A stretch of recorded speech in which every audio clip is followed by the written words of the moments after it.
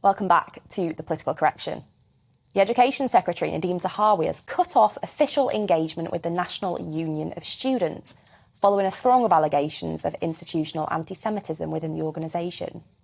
Since the election of Shaima Dalali as the next NUS president, the government and Jewish representative bodies have cited major concerns about the treatment of Jewish students. So why has the Department for Education felt the need to take this action now? And what needs to be done to tackle endemic anti-Semitism on British campuses?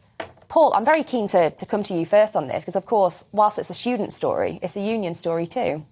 Yeah, and I'm concerned about it. I don't like to hear of any government effectively cutting off a union, which in this case represents millions of people, millions of students in this country. That's not to say, of course, that anti-Semitism isn't a great evil. Of course it is and needs to be tackled wherever it rears its head. And I think some things have come out of the senior echelons of the NUS over recent years that probably do give cause for concern. But in their defence, they have commissioned an independent investigation to be led by a QC. I would have liked to see the government await the outcome of that before taking any precipitate action.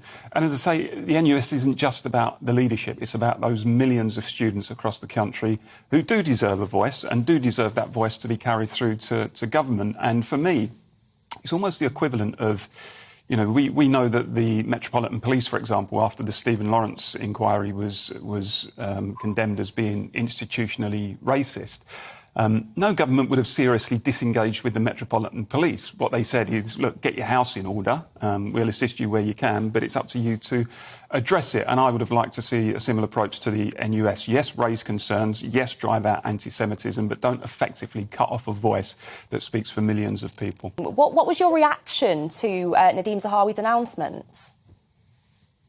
Oh, thanks for having me on, by the way. Good morning, everyone. Shock and a sense of inevitability. I mean, as Paul said, the NUS represents thousands of students nationwide, 600 student unions. It prides itself on its anti-racism credentials, has done since I was a student way back in the midst of times, defending minorities. And to have an organisation like that have its government funding cut and to lose its place on the table at the Department of Education because, and let's not forget, being investigated by the Charities Commission, because the Education Secretary suspects it's a snake pit of Jew hate, I suggest that the current leadership of the NUS hangs its head in shame.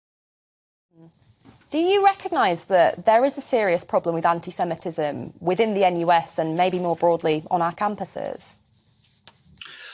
Well, I mean, as Arlene also alluded to, I mean, it's always been a political hotbed, campus life. You know, 10, 15 years ago, they were focusing when Wes Streeting, the current Shadow Health Secretary, was president of the NUS.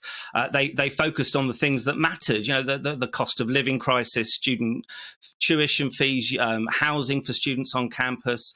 I was reading this morning that 2 in 5 British families have had to cut the cost of their food shopping in the last month. I mean, you can imagine how that must be hitting students on campus. These are the day-to-day issues that the NUS used to focus on.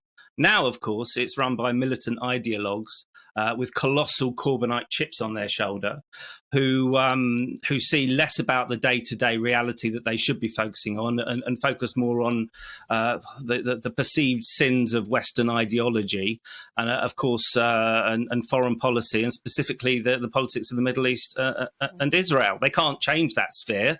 Hamas is a brutal dictatorship, and they're not Israeli, so they don't have a vote in Israel. So I suggest they focus on what they can achieve and how they can improve the lots of students on campus today and stop this nonsense.